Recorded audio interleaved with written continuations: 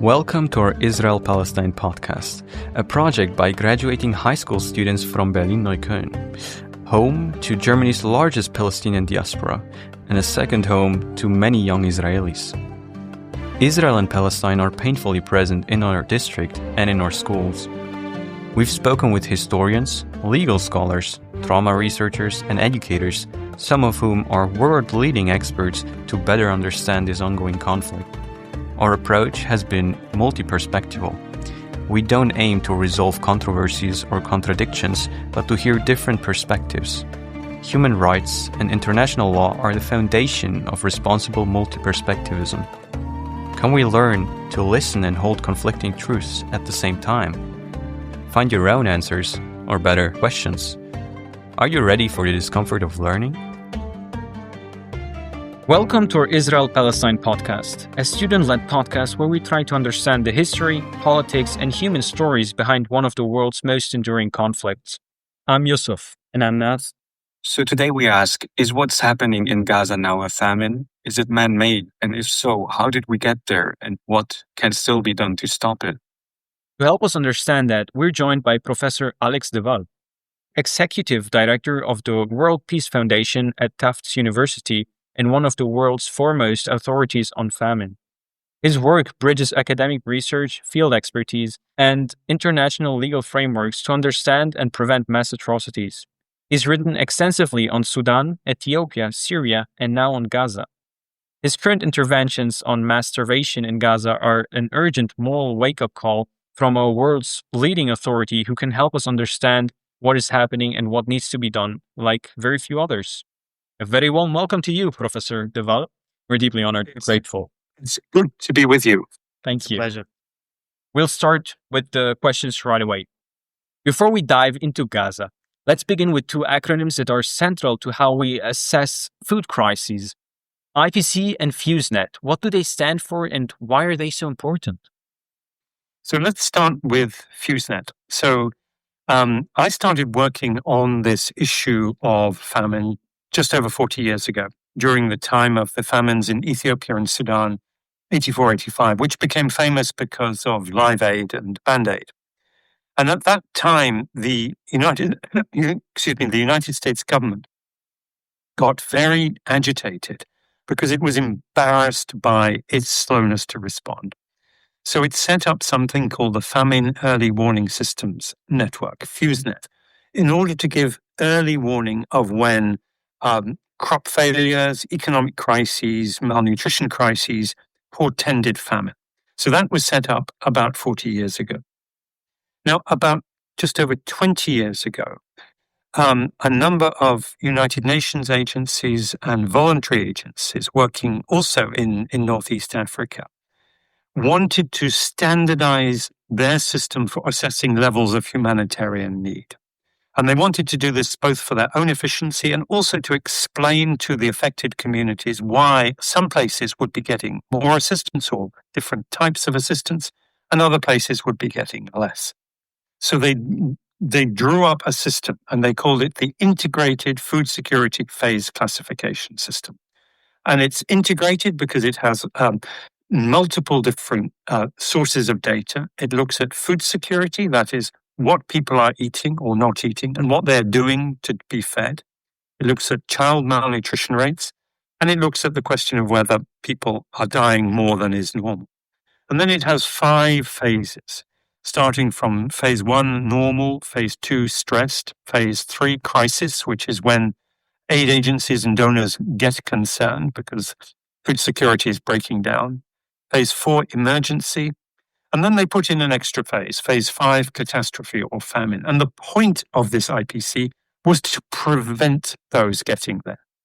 But what we have found actually is that a number of the international aid donors, they only pay attention when phase 5 famine is reached, as though these other phases, when people are dying, they have no food, they're selling their last things in their houses, or doing degrading things in order to survive, as if those were okay, and it's only famine that counts. So we have these two systems that have been up and running for many years and have become the basis for early warning, early response, and measuring just how bad things are. How is Gaza currently being assessed?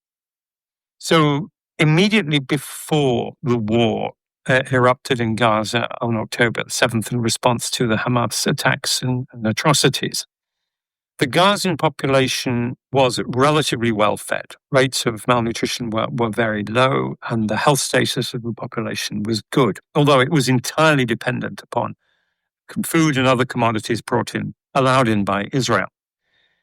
The first IPC assessment was made at the end of November, beginning of December. So the war had been going on for 7 to 8 weeks. And what it showed was an extraordinarily sharp decline. Most of the population had plunged into IPC 4 and 5 very, very quickly. And that just showed how dependent they were on these external supplies. And the moment this siege was imposed, people began to go hungry. Then in March of last year, the situation had deteriorated to the point where the famine threshold was either being crossed or was on the point of being crossed. And in response to that, the United States and others, they put pressure on Israel to allow more food in. And so what we saw for the rest of 2024 was Gaza sort of bobbing along just below that famine threshold because Israel was allowing in assistance. But we also saw more and more restrictions on gathering data, so that when the assessment was made in May, let me go back a stage. So then we had a ceasefire, January, February, and more food came in and more assistance was made available. Then in March, Israel, first of all, imposed a total siege, nothing coming in at all, and then started its military offensive. In May, they began to allow in some food, and around that time, the IPC made another assessment. And it wasn't able to gather all the data that it needed, but it warned that because food stocks were dangerously low and getting depleted fast, and the condition of the population was so bad, that Gaza would be within famine within weeks. And then last week, they made another assessment. And again, they didn't have all the data they needed, but they had enough to know. And they said the worst case scenario of famine is unfolding now. And that is a very robust finding, because even if not all the data have reached that threshold, it was very clear that day by day, the speed of deterioration was such that within days, mass starvation would be unfolding. And indeed, that is what is happening today. In a recent piece, you wrote that Gaza represents the clearest case of mass starvation perpetrated in this century. It's a devastating claim.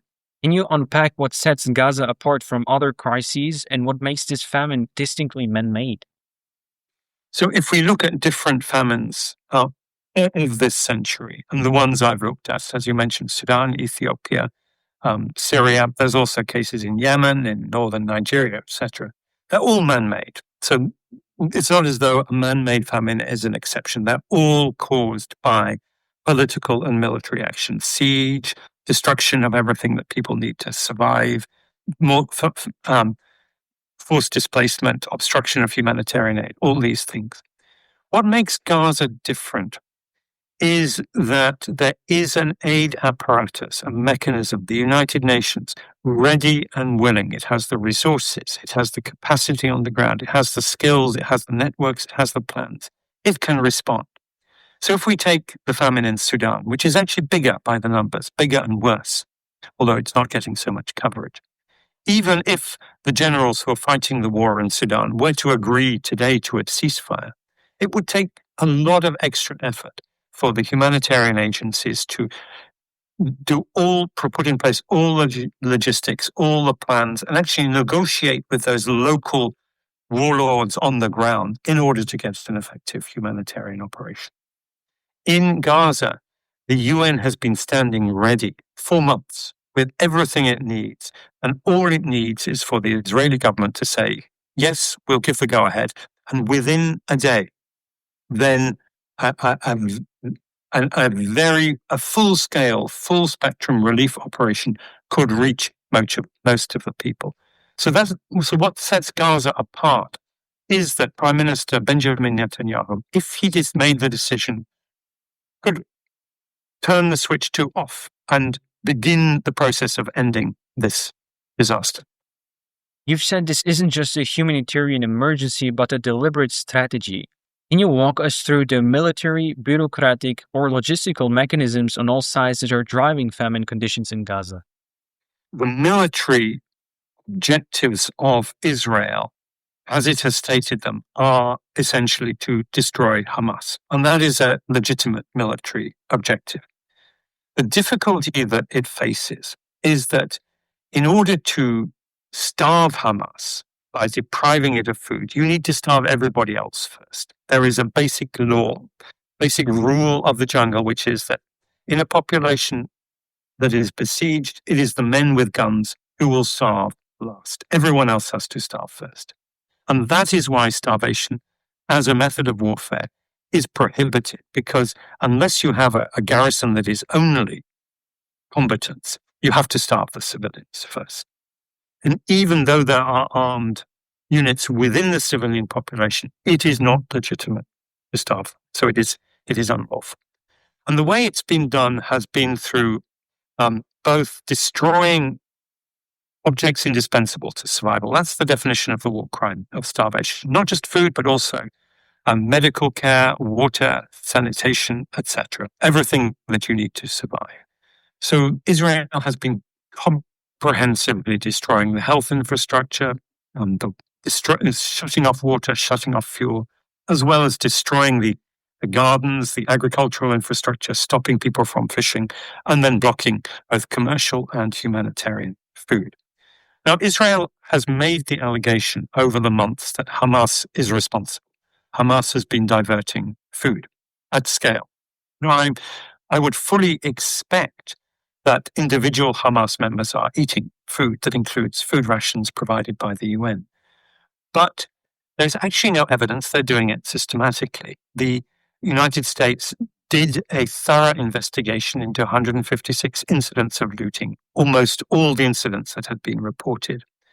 And the US government found that there was no evidence for Hamas looting systematically. This was gangs, it was a few cases of corruption and so on. And then the New York Times called up senior Israeli Defense Force officials to say, is this true? And they confirmed, yes, Hamas is not stealing food at scale. So whatever crimes Hamas is committing, and it is committing crimes, including starving the hostages, it is not creating this famine. Now, a question arises because the Israeli government says it doesn't want the UN to provide food because of the risk of it going to Hamas.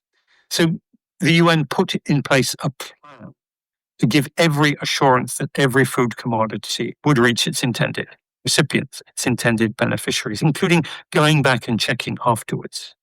That system has not been accepted by Israel, which continues to put daily bureaucratic and other security checks on every aid convoy, every lorry, every individual going in.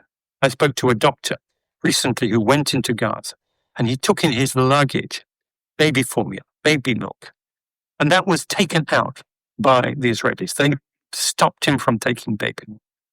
Now, if you look at the Gaza Humanitarian Foundation, that is supposed to prevent Hamas getting food. They call them secure distribution sites.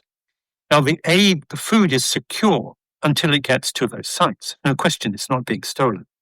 But then you see what is happening at those sites. First of all, the civilians, the people who come there, are getting shot. More than 800 have been killed by the bullets of either the military contractors who run them or the IDF. And some others have been trampled to death in stampedes. So it's not safe for the people. But there's another question with the GHF, which is who is eating their food? And if you look at what happens when they open their gates, there is a mass stampede. And you see fit young men getting to the front with sacks. They break open the boxes, they take the commodities they want, the more valuable ones, they put them in the sack, and they rush off. And then other people, weaker people, come and pick up what's left over, often having to pick up pieces from the ground until they're forced to disperse. Now, The question for me is, who is eating that food or selling that food? We don't know. And because it's the law of the jungle, there is every reason to suppose actually those who are getting the food are members of armed gangs or even members of Hamas. The GHF is certainly not reaching the poorest and most vulnerable. I would imagine you are a mother with, 4 children at home. You're not going to go, you're not able to go to these very dangerous places and try and pick up food and fight with these other people. You're not going to do that. So it's only fit young men who are getting this food. And as I said, there's no assurance that it is not feeding Hamas. And Israel knew that. So in setting up this system, Israel is clearly not doing it with a humanitarian intent. It is doing it with some other intent. You've described the use of starvation here as not just a tragedy, but potentially a war crime, a crime against humanity, or even a crime of genocidal nature. Earlier this year, the International Court of Justice issued provisional measures ordering Israel to allow unimpeded humanitarian aid into Gaza, and even Aharon Barak, Israel's own appointed judge, voted in favor of that. What does this suggest about the legal implications of the famine and how international law views starvation as a weapon? So I think there's 2 questions here. There's the question of starvation as a war crime, and I think there's no question that starvation war crimes have been committed. The International Criminal Court and the ICC holds individuals to account for international crimes, has issued arrest warrants for Prime Minister Benjamin Netanyahu and the former Defense Minister Yoav Gallant on a number of charges, including the charge of starvation. And of course, Israel is strongly objecting to that and is backed in that objection by the United States. Now, the case of the International Court of Justice is different, and it's very interesting. So the case was brought in the beginning of last year by Israel. And it's a charge that alleges that Israel is committing the crime of genocide against the Palestinian people of Gaza. Now, it's going to take some years before the court can hear all the evidence and come to a final decision. So Israel has not been found guilty of genocide. That's important to emphasize. But as you said, what the court did was 2 things. First of all, it said there is a plausible case to be made that the Palestinians of Gaza will suffer irreparable harm, and it enumerates the harms under the Genocide Convention. So that includes killing of members of the group, the long-term bodily and mental harm to the members of the group, and the creation of destructive conditions of life, so conditions under which human life becomes impossible. It said there's a risk that this may happen. And it then gave 3 orders to Israel as to what it had to do to comply with the requirement of preventing genocide. So the first thing about the Genocide Convention is that it's an obligation to prevent. So you can't wait until genocide has happened and then say, let's bring in the Genocide Convention. It has to be enforced first. And this is what the court is doing. It is telling Israel, in order for you not to be responsible for genocide, you need to do these things. And as you mentioned, the most important thing it needed to do was to provide humanitarian assistance and essential services at scale in cooperation with the United Nations. Israel has not done this. And so I think this exposes Israel to a much greater risk of being found to be responsible for genocide. But there's 2 other points I want to make here. The first is that all states that are signatory to the Genocide Convention, and that includes the United States, it includes Germany, it includes every state actually that is a member of the UN, has signed the Genocide Convention or ratified it. They are also under a duty to prevent genocide, and the International Court of Justice has signaled that they need to act on that obligation. And that means not supporting Israel in committing any acts that could be responsible for genocide. And I think that's a very important point. The second point to bear in mind is to understand what the crime of genocide entails. It doesn't just entail, the common understanding is that it involves killing everybody. But it doesn't. It actually involves, the key point is that the perpetrator of genocide wants to destroy the group as such. In the original definition that was developed by the Polish Jewish lawyer Raphael Lemkin, he saw it as a two-stage process, destroying the identity, the nature, the cultural or national pattern of a group, and imposing another one. And he gave a very important lecture on Stalin's genocidal starvation in Ukraine, the Holodomor famine of 1932-33. And Raphael Lemkin described starvation as the most terrible instrument of genocide to break the national spirit of Ukraine. He said it wasn't going to kill everybody, but the level of social degradation, humiliation, dehumanization, the way that starvation turns people against each other, breaks apart families because people fight for food. They don't follow the most basic social obligations. Lemkin saw starvation as breaking the national spirit and therefore being genocidal. And I think we need to understand what Israel is doing in Gaza within that context. Yes, large numbers of people are dying from violence and increasingly from starvation and disease. But the specifically genocidal aspect of this policy relates to the way in which it is breaking the spirit of the Palestinian, the way it is forcing them to fight one another, forcing them to do terrible things in order to survive, forcing them really to behave like animals. And that is, I think, the most important component that we need to pay attention to. The Israeli government says it's allowing aid in. Others claim Hamas is hoarding supplies or obstructing deliveries. Some even suggest that famine is being exaggerated. In such a highly polarized context, how do we verify what's really happening on the ground, and what standards do independent experts rely on? So there are a couple of key points to make here. First is there are some claims that are very easy to refute. I mentioned the claim that Hamas is stealing and hoarding aid at scale. That has been refuted. There's another claim that's often made, which is that if you simply provide enough food, then there can't be famine. And this is actually false.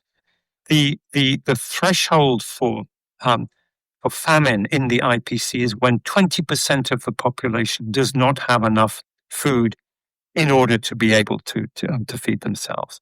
So every famine that I've worked in or sort of studied, it's a minority that starves. It's not the society as a whole. It's those poorest, most vulnerable proportion. So you can actually have a famine in which there's enough food. And my former professor, Mert, actually, I have his book right here. He wrote this famous book in 1981 called Poverty and Famines. And he describes famine as a collapse in entitlement to food. Famine occurs, and he particularly describes the famine that unfolded in Bengal when he was a boy in the 1940s, when the British were in charge, as a collapse in people's ability to get food, rather than the lack of food as such.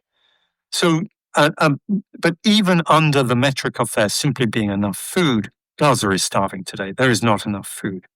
But the bigger question is really what is going on? What is the true pattern of starvation? And the answer is we don't know.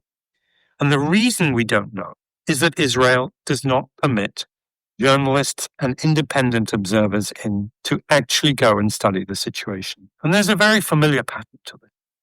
Every famine in modern history, those who are responsible for it try and cover it up.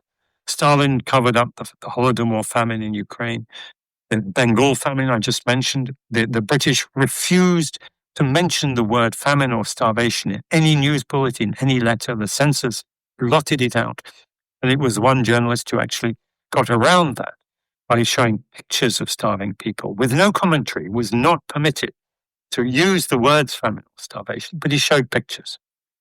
And we see the same with Mao Zedong's great famine in China. He completely covered it up. The Ethiopian famine I mentioned, and the Sudanese famines of 84, 85, in both those cases, the governments covered them up. And this is what Israel is doing. It is not allowing journalists in. It is not allowing humanitarian information to be gathered. So I think the onus is on Israel. If it wants to prove its claim there is no starvation, let the world come and see. But everything that we can see for now indicates that this really is a very acute case of mass starvation. There have also been reports of hostages being denied food and medicine or subjected to other abuses. How should we understand those crimes, horrific in their own right, within the broader context of famine, suffering, and the responsibilities of all parties under humanitarian law? So taking hostages is a crime under international criminal law and international humanitarian law. Any abuse of those hostages and any starvation of those hostages is a crime. Hamas says everyone is without food. They are eating the same as everybody else. I treat that claim skeptically. I say, actually, I'm sure that with this small number of surviving hostages, it is possible, I'm sure, for Hamas to give them maybe not a full diet, but at least keep them away from starvation. It's very notable last year when hostages were released and they came back to Israel and they were in very poor physical shape. They had suffered starvation. And the Israeli health services treated them with exemplary care and compassion, very professional and also very caring, giving them privacy and dignity and giving them the very specialized hospital care that they needed to recover from starvation. And that points to the importance of that specialized care.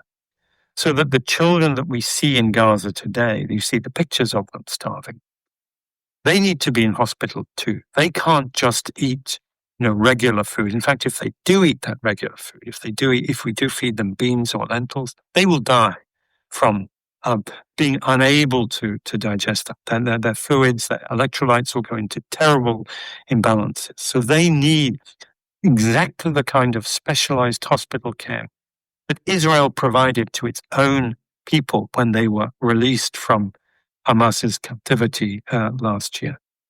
The UN has warned of imminent famine in northern Gaza, but we're also hearing alarms from within Israeli society itself, from former generals, Mossad leaders, and prime ministers, to civil society groups and international Jewish organizations. What does this growing international and internal dissent signal?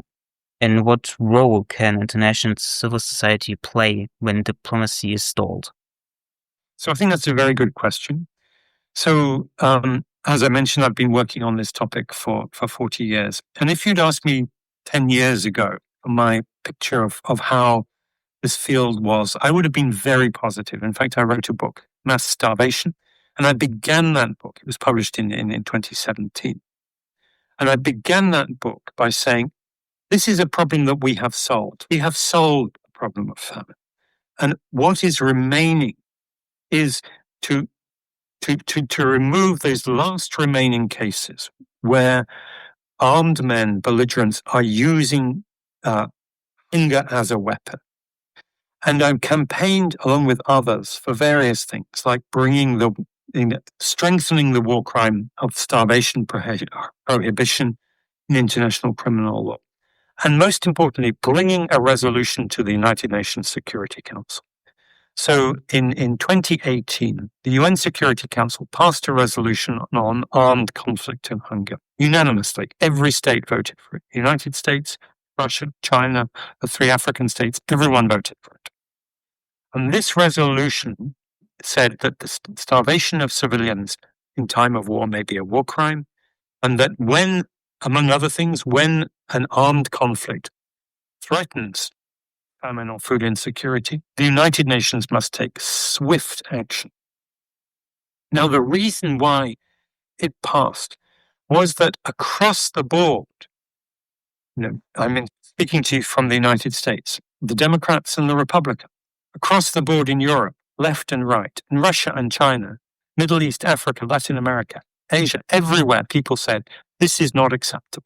You cannot starve civilian population. Other things we may disagree on, but starving children is totally beyond the pale. Every religious tradition prohibits it. Now, what we've seen is that consensus being rolled back, being challenged. It was challenged in Ethiopia, it was challenged in Syria, it was challenged in Sudan. But I think the most serious challenge is in Israel. And I think what we are seeing now is that those images, these undeniable images of starving children, have actually evoked an international sense of outrage and solidarity to say, this is just unacceptable. Israel can do many, many things, but it cannot starve children to death in this way. This is beyond the pale. And I think this is really having an impact internationally and within Israel, certainly within the Jewish community here in the United States. They're very polarized on the Gaza issue, but an overwhelming majority says, we can't do this. And I think public opinion is also changing in Israel. So I think it's really important to make this point, to make this campaign as loud and as clear as possible. Starving children in this way is just plain wrong. And that is, I believe, having an impact. Many of our listeners are in Germany, a country with deep historical ties to Israel. But Germany also has clear obligations under international humanitarian law. In your view, what responsibility does Germany bear in this moment morally and politically?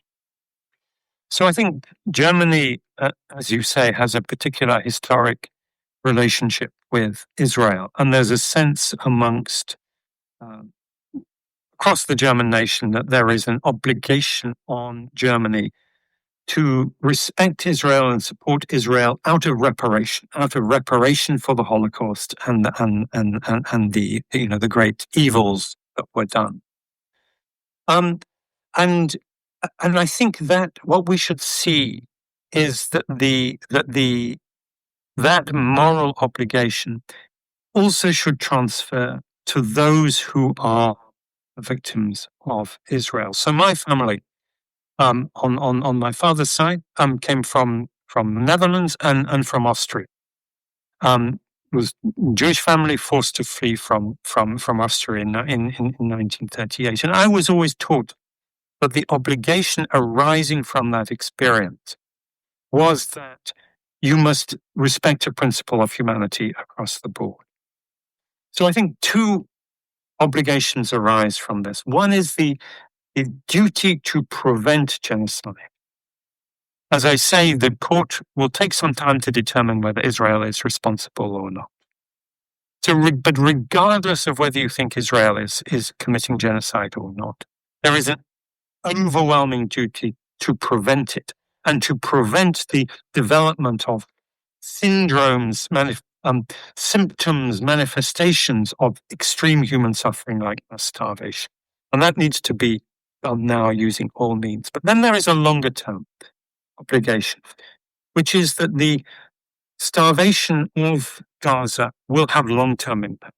There are young children who are growing up starved. And as they grow up into adults, they will suffer physical and mental damage throughout their lifetime.